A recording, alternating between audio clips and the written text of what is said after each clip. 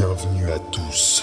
Que vous soyez jeune ou moins jeune, physicien nucléaire ou conducteur de bus, sans jugement bien sûr, vous êtes ici pour en savoir plus, en apprendre davantage sur le monde qui vous entoure. Oui, quelque chose de nouveau est apparu. Tu l'as vu mon ami car tu es observateur. Eh oui, derrière ton écran tu as pu remarquer cette nouvelle petite plante. Waouh, changement de décor à l'épisode 3, incroyable. Bref, là n'est pas le sujet, passons au cœur de la vidéo. Une politique pour les gouverner tous. Une politique pour les trouver. Une politique pour les amener et dont les terres les lier.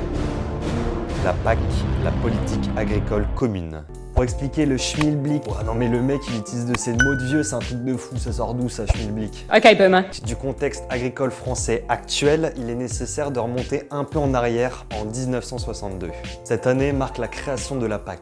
Dans le cadre de la Communauté économique européenne, CEE, l'ancienne UE, la PAC a été mise en place à une échelle réduite, ayant pour objectif initial d'augmenter la productivité du secteur agricole et de garantir la sécurité alimentaire. La PAC va permettre de subventionner la production des agriculteurs pour leur permettre de produire plus et d'avoir un meilleur niveau de vie. C'est donc entre 1962 et 1984 qu'on observe une forte augmentation de la production et de la productivité, ce qui conduit à une surproduction notable. Entre 1984 et 2015, d'autres pays intègrent l'Union européenne et renforcent la production agricole de celle-ci.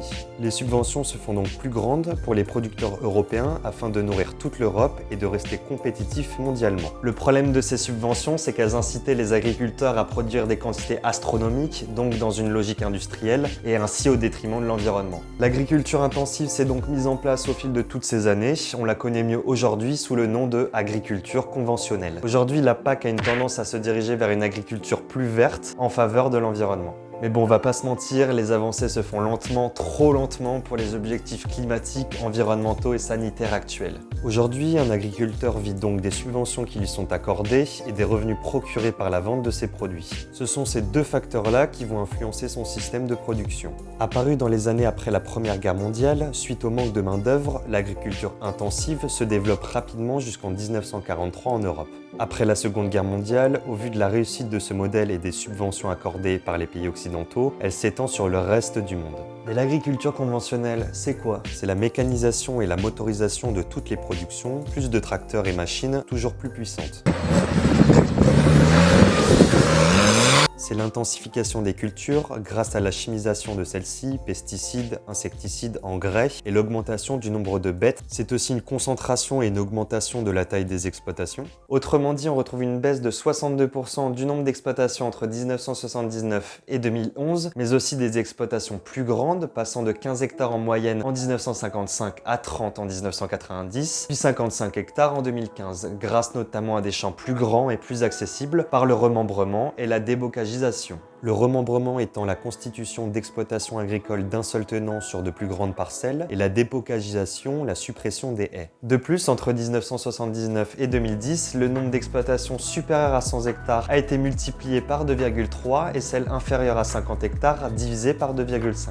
Bien que l'agriculture conventionnelle ait été très avantageuse à une période post-guerre, il est difficile aujourd'hui d'en ressortir des points positifs, hormis son côté économique redoutable. Le premier point négatif, c'est la forte baisse de la qualité des produits, donc avec une perte de goût qui s'explique par le besoin de produire toujours plus en baissant les coûts de production. L'agriculture conventionnelle a aussi été la principale cause de la disparition de nombreuses espèces animales et végétales. La monoculture et le labour sur de très grandes surfaces induisent aussi une forte diminution de la biodiversité. On a vu de même l'apparition des ravageurs à une échelle mondiale qui sont des maladies et insectes qui détruisent les cultures. C'est aussi une des principales sources de pollution, l'élevage avec les gaz méthane, la pollution des eaux avec l'infiltration des produits chimiques ou encore les carburants pour les nombreux véhicules. Sans compter sur l'endettement des paysans et sur les tensions planétaires qu'elle génère dû à son lien avec la pétrochimie. Donc globalement, vous l'aurez compris, si l'on veut de bons produits dans nos assiettes, sauver l'environnement et trouver une alternative plus profitable pour tous les agriculteurs, l'agriculture conventionnelle n'est plus une solution. Nous allons donc voir les différentes propositions agricoles pour changer de ce système. La plus connue, c'est l'agriculture biologique. L'agriculture biologique se veut plus proche de la nature, moins polluante et moins modifiée. Elle est apparue à la fin du 19e siècle suite à l'essor de l'agrochimie. Son objectif est d'améliorer les conditions de vie du vivant, c'est-à-dire de la culture ou de l'élevage jusqu'à l'être humain, consommateur. En théorie, elle exclut l'utilisation des biocides de synthèse et des organismes génétiquement modifiés, les OGM, ou des produits obtenus à partir d'OGM. De plus, elle va limiter l'utilisation des intrants, les pesticides par exemple, et des énergies fossiles. Plusieurs méthodes sont utilisées pour appliquer au mieux ce système d'agriculture biologique. Les rotations culturales, c'est-à-dire les successions culturales des espèces sur une même parcelle, la prophylaxie, qui sont les actions mises en œuvre pour prévenir l'apparition et la propagation des maladies et des ravageurs dans les cultures, et la protection intégrée des cultures, qui permettent de limiter la pression due aux bioagresseurs et à la baisse de rendement. Pour l'élevage, le bétail doit être transporté respectueusement, nourri à base de produits biologiques, soigné sans antibiotiques et avec des conditions de vie proches du naturel. L'agriculture biologique est censée s'intégrer dans un processus de transition agroécologique en répondant aux enjeux alimentaires et environnementaux.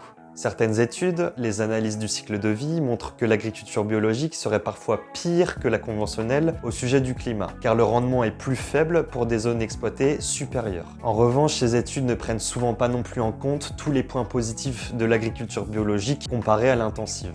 Pour finir, il est encore une fois important d'appuyer sur le fait que l'agriculture bio n'exclut pas l'utilisation des produits chimiques, mais la limite. Attention. On va se revoir très vite, parce que je vais tout de même vous contrôler.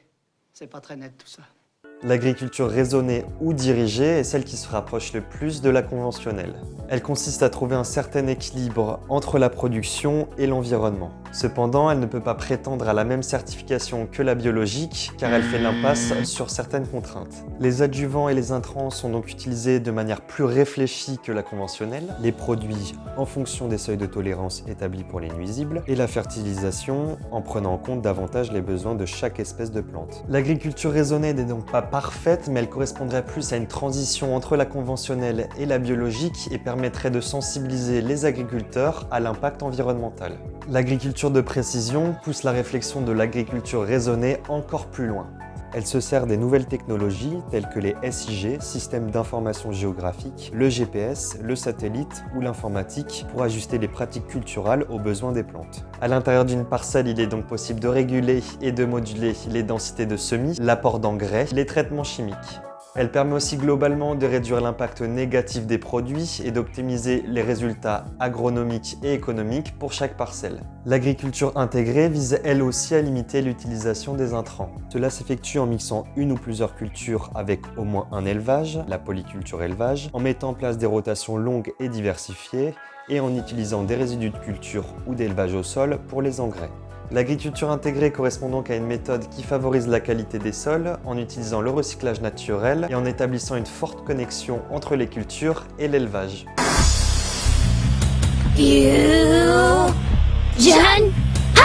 L'agriculture hors sol, autrement appelée hydroponie, est une culture qui n'utilise pas la terre. Celle-ci s'effectue sur un substrat neutre, tel que les billes d'argile, le sable ou la laine de roche. Un système d'irrigation est mis en place pour transmettre tous les nutriments et sels minéraux dont a besoin la plante pour croître. Elle est apparue en France après les États-Unis dans les années 70 et se développe de plus en plus pour des produits tels que la tomate, la fraise, le melon, etc. C'est une technique soucieuse de l'environnement car les solutions nutritives, les substrats et les végétaux sont recyclés, des insectes prédateurs sont utilisés et l'utilisation de l'eau est régulée. Une autre pratique qui gagne à être connue, c'est l'agroforesterie. Elle vient mettre l'arbre au cœur de la culture et s'inspire du système présent au sein des forêts. Elle permet de diversifier les cultures avec les produits des cultures et ou de l'élevage et les produits du bois. Une synergie notable est appliquée entre les arbres et la culture grâce à l'ombrage, à la brise du vent et aux feuilles qui peuvent servir d'engrais. L'agroforesterie s'inscrit aussi dans une logique agroécologique car elle favorise la biodiversité. Enfin, la dernière, la petite préférée de nos jours, la permaculture. C'est le système agroécologique qui s'imprègne le mieux des écosystèmes naturels. C'est aussi un mouvement éthique et philosophique qui doit répondre à 3 piliers: prendre soin de la terre, prendre soin des humains et partager les ressources équitablement. Elle est apparue en Australie dans les années 70, d'inspiration japonaise avec Masanobu Fukuoka, car quand même, il faut bien rendre à César ce qui est à César. Ses objectifs sont de ne pas épuiser les sols, de ne pas créer de déchets, de diversifier les cultures en les adaptant aux conditions locales, par exemple avec la température, d'utiliser et de valoriser la biodiversité environnante, et à terme, de devenir autonome et autosuffisante. En revanche, elle n'exclut pas les avancées technologiques de nos jours si elles respecte ces différents points. La permaculture rentre plus largement dans un cadre social, énergétique et écologique efficace et durable. Qu'est-ce que t'es encore en train de faire, Billy? J'ai décidé de faire ma propre plantation sans OGM, mec. Ça va être vraiment le top. Bon d'accord, mais pourquoi tu fais ça dans ton armoire et avec cette lumière violette? Oula, je voulais reproduire à la perfection l'environnement naturel de la plante.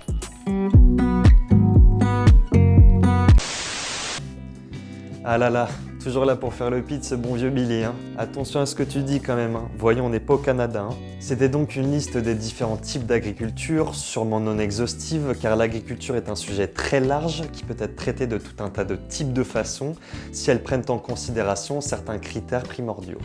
Mais elle permet de donner des alternatives à ce démon qu'est l'agriculture intensive conventionnelle.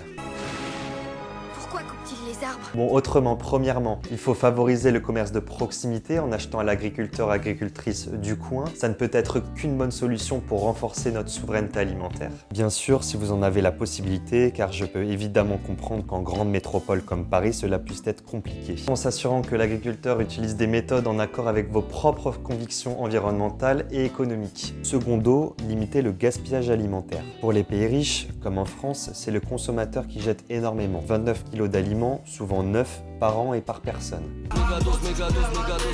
Pour les pays plus pauvres, c'est lors de la récolte. 15 à 35% de pertes dans les champs et 10 à 15% lors de la fabrication, du transport et du stockage. Troisièmement, influencer sur le débat européen pour changer la PAC. C'est 34,5% du budget de l'Union européenne pour 2020. Autant vous dire que c'est pas un ticket resto, hein. Les lois décidées pour la PAC sont valables 7 ans et les anciennes expiraient le 31 décembre 2020.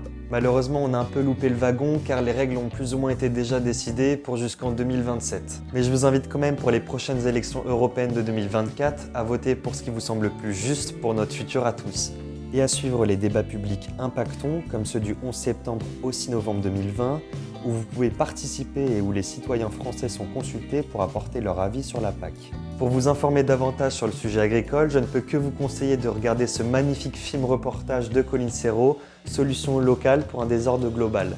Celui-ci aborde les alternatives aux systèmes conventionnels qui sont expérimentés un peu partout dans le monde et qui offrent une vie et une santé améliorées, une sécurité alimentaire, une meilleure qualité des produits, soucieuse de l'environnement et qui réparent les dégâts causés depuis des décennies.